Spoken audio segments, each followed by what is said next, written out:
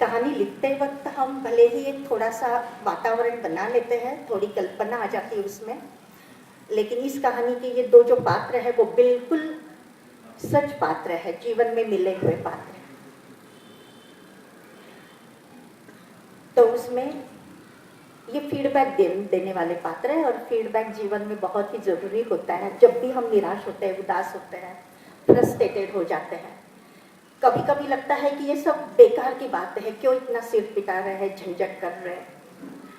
हमारा अपने जॉब पर से विश्वास उठने लगता है, जीवन पर से विश्वास उठने लगता है। और ऐसे वक्त यदि ये पात्र ऐसे मिले कि जो वाकई हमें बता दे नहीं आपकी राह सही है, तो आप कल्पना कीजिए कि कितना अच्छा लगता होगा।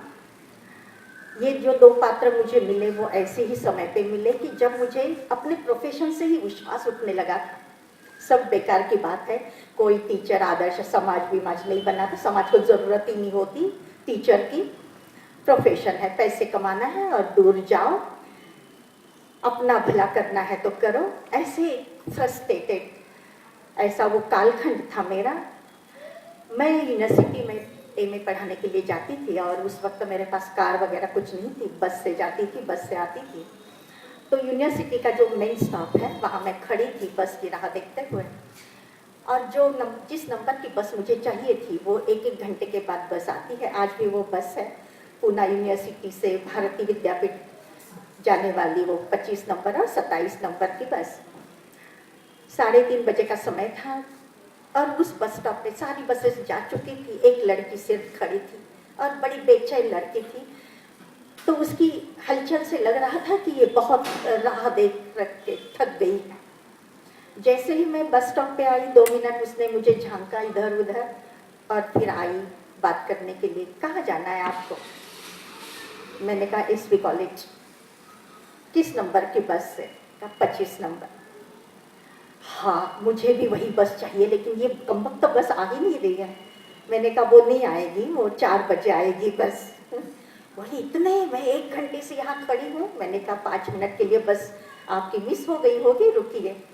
तो उसे अच्छा लगा कि भले ही 4 बस, मतलब और आधा घंटा उसे रुकना था, लेकिन कोई तो है गप्पे लड़ाने के लिए। और उस लड़की ने मुझसे बातें करना शुरू किया, ऐसी हवा पानी की बातें, जो दो अजनबी मिलने के बाद जैसी बातें होती है वैसी।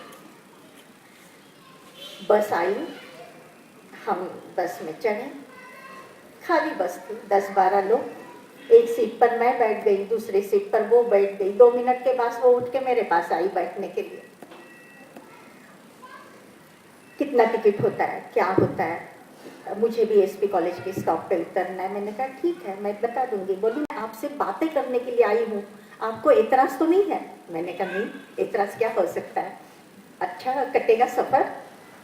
फिर हमारी बातें शुरू हो गई। उसने कहा मैं एसपी कॉलेज की छात्रा रह चुकी हूँ। मैंने कहा अच्छा, कब की बात है? बोली 81 में। मैं चौंक गई, क्योंकि 81 में मैं एसपी कॉलेज में आई थी, मतलब लेक्चरर के रूप में। तो मैंने कहा कौन सा विषय था आपका, क्या था? बोली मैं साइंस की स्टूडेंट रह चुकी हूँ। आप एसपी कॉलेज में क्या करती हैं?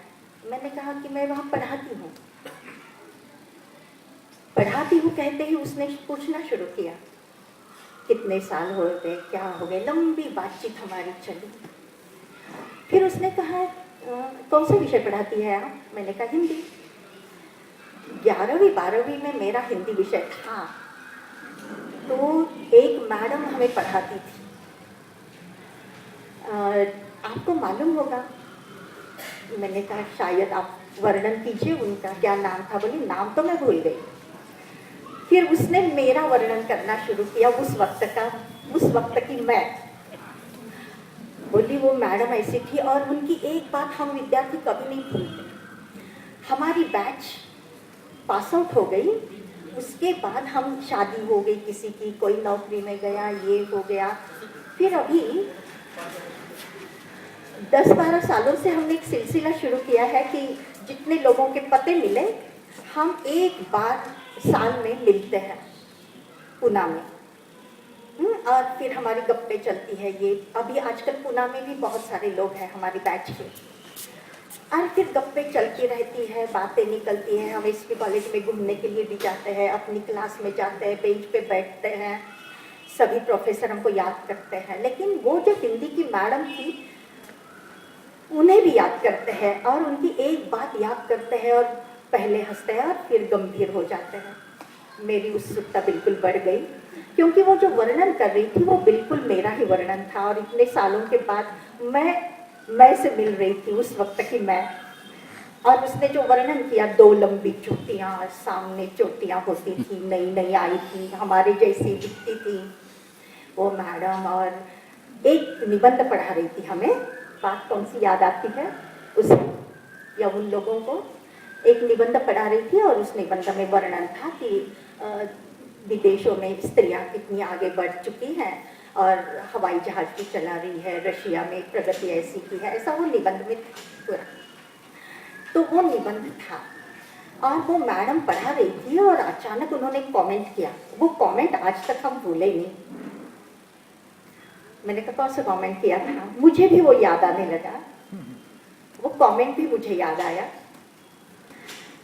तो मैंने कमेंट ये किया था कि भारत में यदि बस ड्राइवर और बस कंडक्टर यदि स्त्रियां बने तो सारे पुरुष अपनी अपनी गाड़ियां घर में पार्क करके बस में ही आना जाना शुरू करेंगे। वो 81 की बात है, उस वक्त का समाज।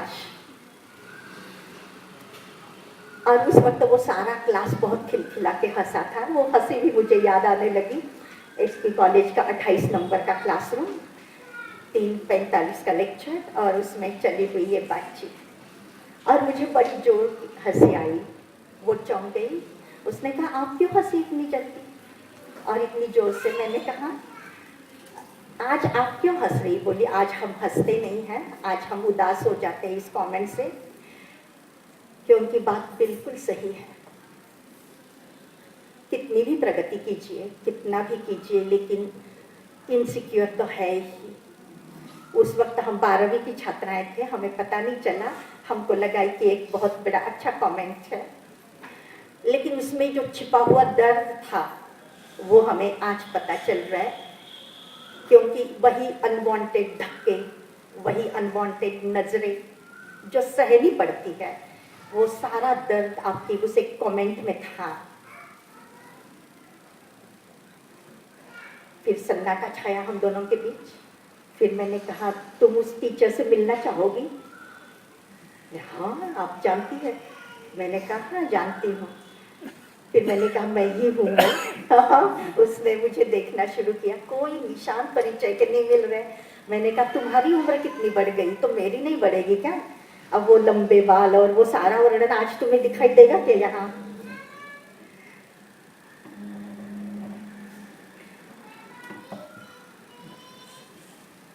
उसको कमेंट किया होगा, ज्यादा मैंने पता नहीं विचार किया भी होगा कि नहीं, लेकिन मेरी वो बात उस बैच के कुछ लोगों के मन में ऐसी धसी, और उस वक्त उनको हंसी मजाक लगने वाली बात जीवन के कई साल गुजारने के बाद उनको वो उसमें करुणा, कारुण्य दिखाई दे रहा है, रियलिटी दिखाई दे रही है, जीवन का एक भद्दा सच दिखाई दे रहा है।